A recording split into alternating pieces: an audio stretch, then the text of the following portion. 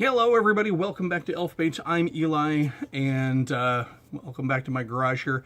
Today I want to jump on and make a real quick video about simple monster variation. So, and I'm going to talk about goblins. So in D&D, goblins have been a standby, a staple monster, if you will, from the dawn of the game. They show up in dungeons, they show up in the countryside, they show up in the sewers. These monsters are everywhere. They're going to be in every little ruin, nook, and cranny. Now that's cool because it means you can use them easily and they fit the world. They have this sort of this niche in the game of being that monster that you can just run into anywhere. They could be on the side of a cliff. They could be on a glacier. Goblins are all over the place. But that also means that your players are going to figure out real quick what goblins can and can't do. And this can lead to some eye-rolling and deep sighs as yet another horde of goblins and their wargs descend upon the party.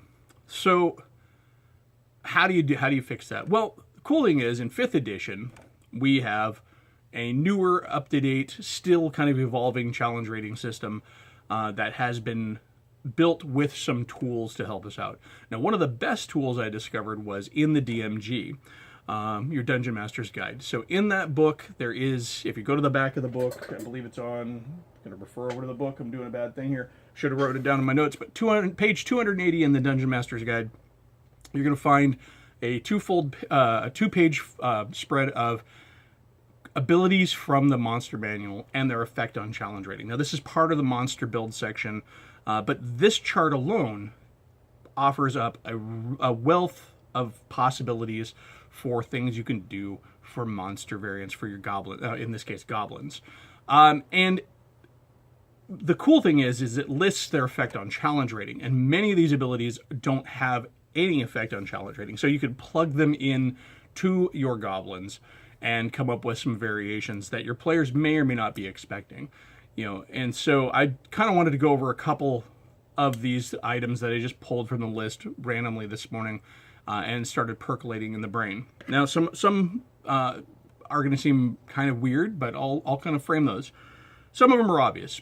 Amphibious. So, amphibious goblins, if you were to throw amphibious on goblins, maybe they are a particularly swampy race of goblins. Maybe they live along the coast, and so they do they spend a lot of time out in the water, or maybe they're even in watery caves.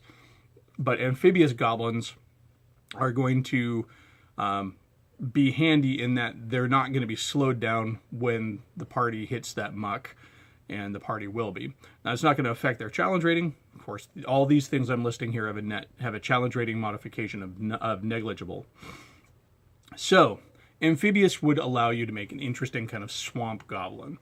Along with that, chameleonic skin. So you have your goblins that live in the swamp. Maybe they've developed a way to sort of have an active camouflage that allows them to blend in. Or maybe they're not amphibious, but maybe they just have the chameleonic skin. Now, chameleonic skin, cool thing about that is they could use it in any environment. If they are rock goblins, maybe they blend in with the stone. Maybe they're forest goblins and they kind of blend into the background with the trees. Now, this could be that they have like an active camouflage, or it could be that they have a weird skin tone that allows them to blend in. Maybe these goblins that live in the trees have naturally blotchy patterned skin that just blends in with the light percolating through the canopy. Shape change. Now, things like shape change and like etherealness and invisibility, those would be good to layer onto a goblin if you were trying to give your goblins more of a fey nature. Really the source of goblins in mythology is more akin to members of the fairy community than actually the Tolkien-esque, denizens of the deep, that just kind of menace and harass everybody.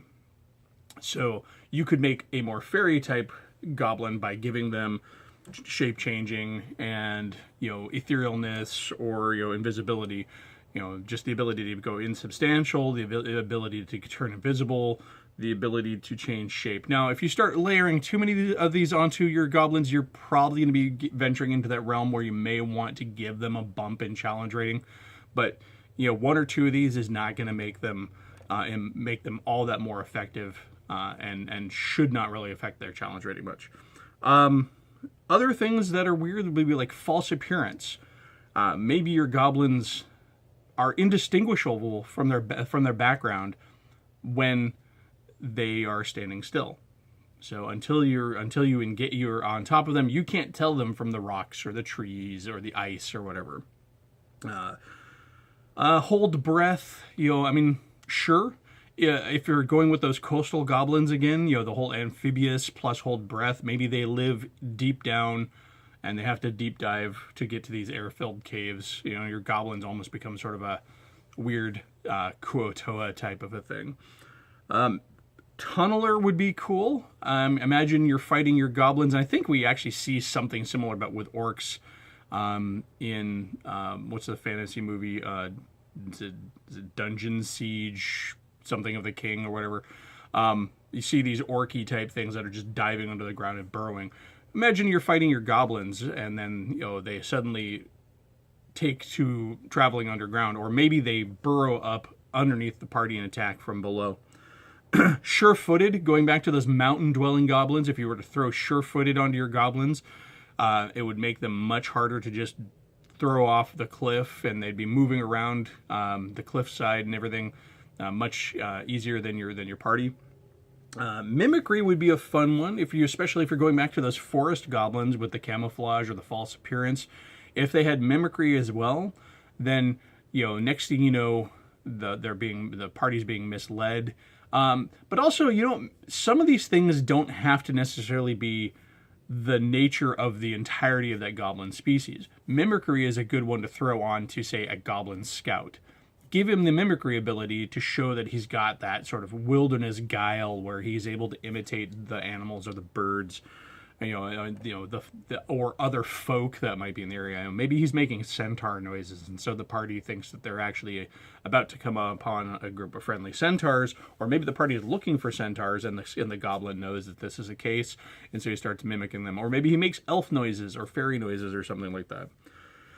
There's a whole bunch of them on the list. I only picked a few, but as you can see, you can get these really cool variations on your goblin that aren't going to require a lot of work on the part of the DM to recobble and recalculate their ability scores, but they are going to make the goblins function differently, and they're going to make them fight differently.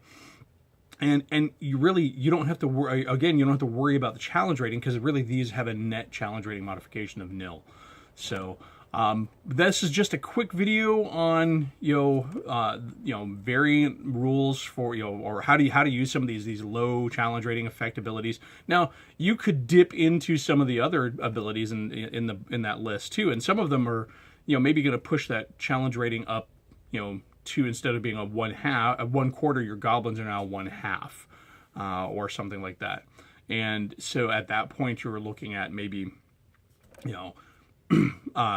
having slightly tougher goblins, but that could be fine too, because as your party goes up in level, maybe the monster you want to throw at them is goblins, and you just want a tougher breed of goblins. So just if I turned over to my list here real quick and I pick one randomly, let's see, we've got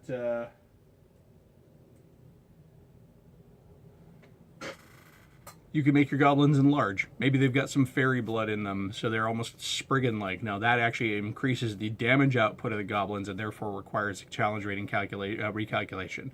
But as you can see, it's not hard to start coming up with these interesting variations. I mean, enlarging goblins might be a little too much. At that point, you may want to just use an orc.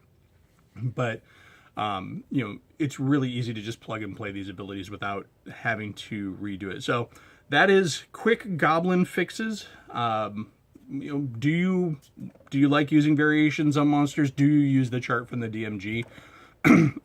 What are some other ideas you've used for your quick modifications? Maybe you're doing them on the fly. The nice thing about this chart too is you can pull something off of here real quick on the fly to make those goblins seem a little bit more interesting and different than the last 15 groups of goblins that your party has run into.